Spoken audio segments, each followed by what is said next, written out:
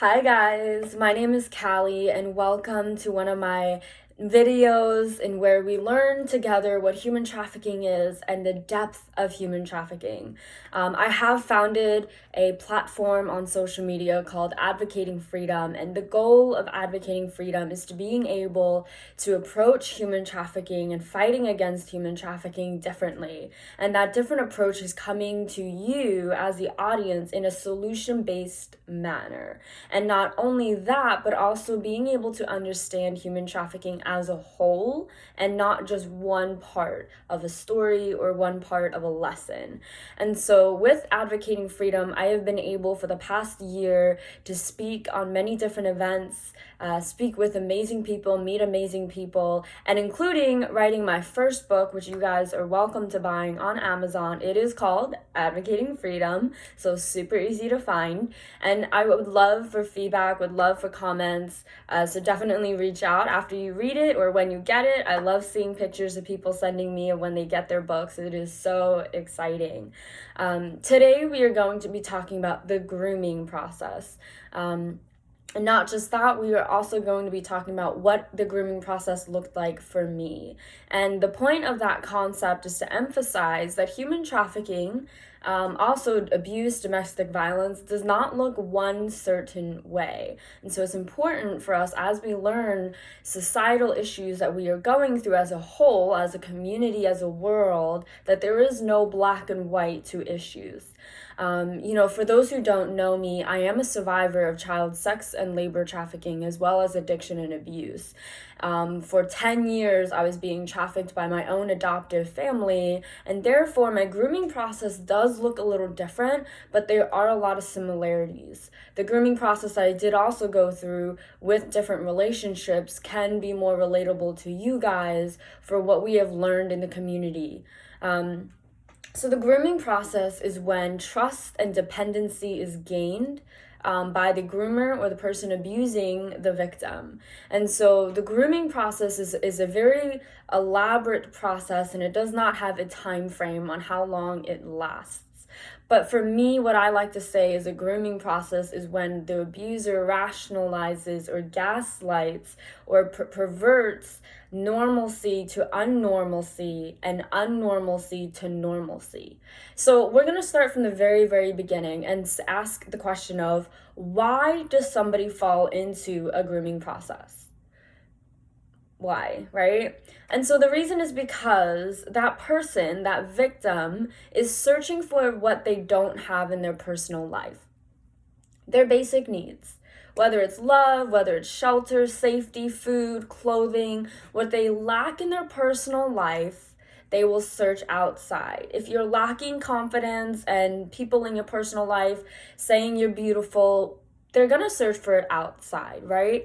And so what happens is I'm going to give you a scenario, and I'm going to say a 15-year-old boy is lacking love and attention in his household, right? So he goes to school, he goes to his clubs and activities, and he meets this guy online, right? And this guy online says that he's 16 years old and that, he's proud of him and that he is attractive looking and that he can do it, and gives all of these encouraging words that this kid is lacking in his personal life. And so this process that I am describing right now is the beginning or the grooming process.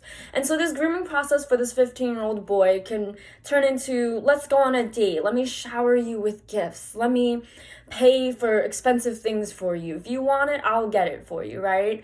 And so now all of a sudden, this boy, this 15-year-old boy who was lacking everything, but now being given everything that he wanted, he is now having a dependency created between him and the abuser. Lo and behold, we can call the abuser a Romeo pimp. And a Romeo pimp is when a guy, a male, minor or not, is showering, loving on his victim in the goal to traffic or abuse. You also have a Juliet pimp. So a new scenario, you have a 20-year-old girl who is lacking the love and attention and maybe, let's say, finances. So she can't get clothes that she needs for the winter, she can't get school supplies, but she meets this girl in school who ends up giving her money without saying you need to pay me back, ends up bringing her to lunch, doing things that she loves to do, but this person is a female. And so this person, with the intent of trafficking this girl, this 20-year-old girl, is known as a Juliet pimp, right? So we just went over a Romeo pimp and a Juliet pimp, and we gave two different examples of victims, a female and a male, and both of them were lacking something which had them walk into this grooming process. And throughout their grooming process, they grow a dependency to the person showering them with gifts, showering them with love, showering them with money, and so forth, right? And so throughout this grooming process, the 20-year-old girl and the 15-year-old boy ends up falling in love, being codependent with their partner, with their person, right? And now this Romeo pimp and this Juliet pimp says, why don't you move in with me? Why don't we live together? Why don't we do life together? And now this 20-year-old girl and 15-year-old boy is now leaving home more often, being more dependent on their abusers, their unknown abusers at that moment. And then trafficking starts. They begin to be sold, begin to be assaulted, abused, domestic violence. And these situations that I gave you are so common in our schools, but also common for different people of different ages and different ethnicities. Something that I like to say a lot of times when I speak at events is to say that human trafficking looks different depending on the culture it is lying on and depending on the society it is infesting, right? So if you're being trafficked in New York like I was, the trafficking was a little different from when I was being trafficked in Atlanta or trafficked in other cities. The language, the culture, the diversity of who was being trafficked with me was different per state, per community that I was being trafficked in. So we answered the question of why would somebody be groomed in the first place? But now I'm going to ask you the question of what happens to the person being groomed during that process psychologically, right? And this is where I'm going to incorporate my own personal life story for you to understand a little better of the grooming process. So for me, I was being groomed by my adoptive family. So I did not have to find somebody outside of my household to give me what I was lacking, because my abuser took my vulnerabilities that I had at that time and that age, which was younger than 7 years old, took that and used that to groom me to normalize unhealthy behaviors. So another part of grooming is also very similar to the definition of gaslighting, which is the manipulation of where the abuser tries to question the other person's reality, and then the grooming comes, right? So for me, things were being normalized. Sleeping with my abuser as my father was becoming normal, was becoming the new norm. And so if you think of the method behind the madness, you soon realize that my abuser was trying to normalize something so that as I was going to school during those grooming years and during my trafficking years, I didn't know and realize that what was happening was wrong. Why? Because I was told what was happening was the way a relationship should be. Even though I felt like something was off, I was uncomfortable, I didn't enjoy it, but I was told it was right. So guess what? I grew up assuming that a lot of people had this and that was normal, that was healthy. So jump to when I was about in high school, and I ended up finding a couple of people who, throughout those years, who I said, you know what, I want to be in a relationship with them, right? And so I ended up finding myself in this grooming process. These men and women were giving me things that my parents at that time were not giving me. I was getting love, I was getting affection, and even though I was going through so much abuse, the abuse that I was getting seemed to be tender, seemed to be nurturing, seemed to be right.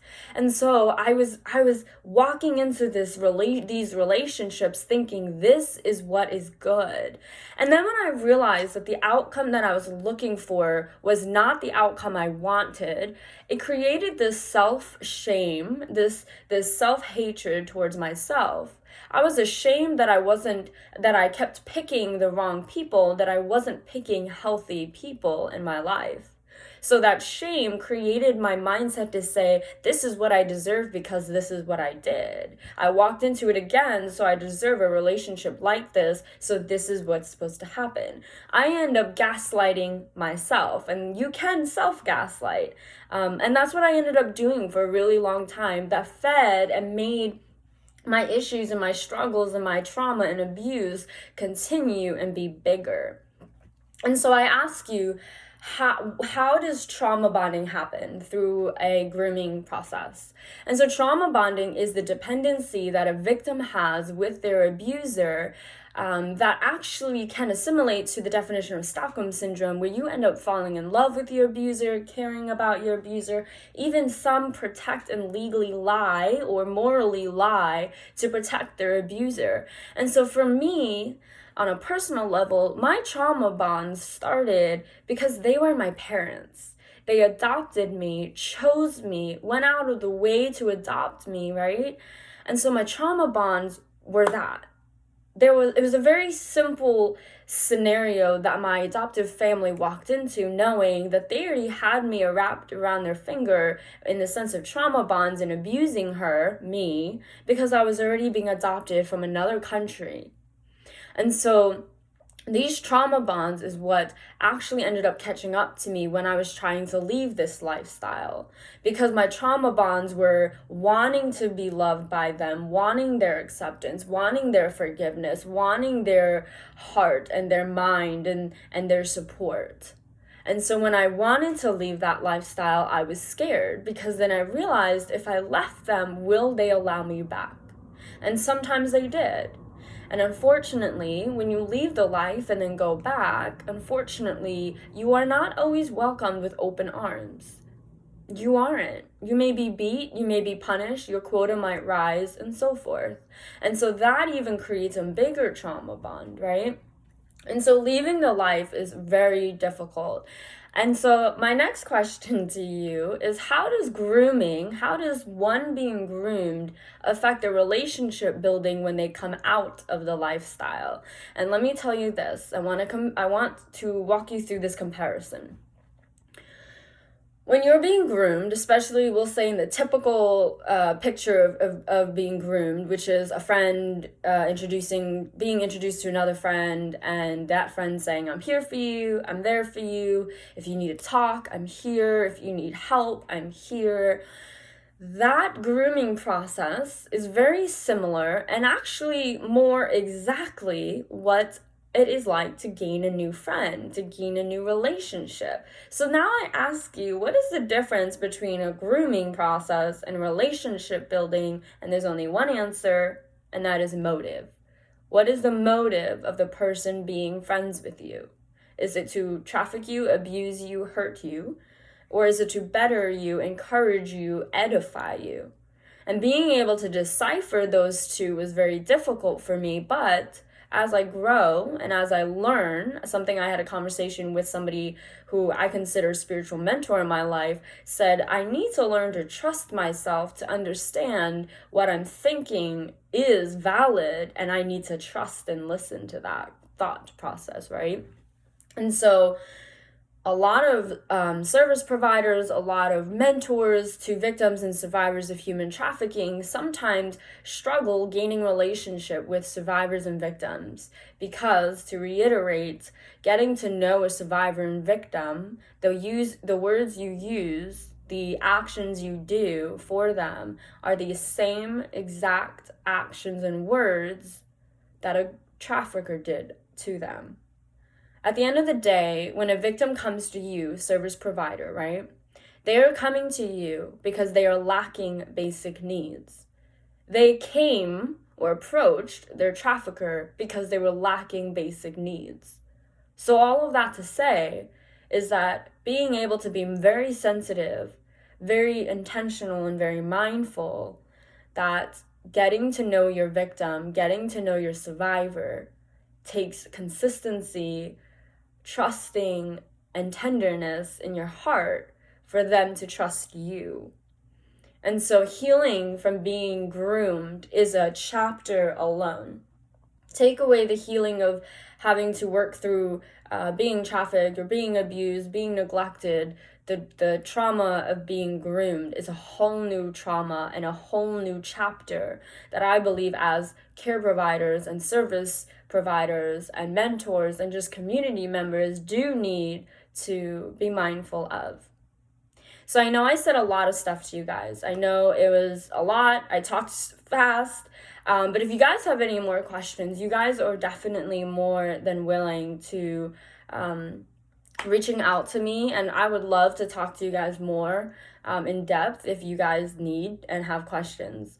If you guys invest time, right, into looking into resources in your own community in regards to trainings or just wanting to know who is fighting against human trafficking in your own community, you can most certainly look that up. You can just Google search local anti-human trafficking organizations and it'll come up. You may find coalitions, task forces, nonprofit organizations, homeless shelters, campaigns online that you could find to be able to participate in, actively participate in. And so I encourage you guys to do that. I encourage you guys to learn about your courts houses, learn about what they're doing, learn about what your community is doing, and join in this fight. I will say that fighting against human trafficking will not end it tomorrow, but it sure will make a difference in someone's life. I say this all the time. I should be a statistic. I should still be dead. I should still be a drug addict, or I should be dead at the end of the day because of the amount of trauma I've gone through, but I'm not. And I should have relapsed and never have gotten back statistically. But I do say this to my local community that has wrapped around me for over a year. I do say that you and God are the reasons why I am here today, and I am continuing school. I am continuing my advocacy. I'm continuing to be a productive citizen and person in society. And so I ask you as community members to have that burden, hold that burden to yourself to help those who are in need. Thank you guys so much for joining. Again, you guys can look up my book on Amazon and search Advocating Freedom, or you could go to my website, which is advocatingfreedom.net, to look up the book. We also have a campaign coming up that I have partnered with One Life. They are an amazing organization, and together we came up with a campaign called Not for Sale. And so we are actually having a bingo game that is fundraising money. We're also going to have a 5K in the future. So definitely go to my website, go to my Facebook page, stay updated, stay tuned.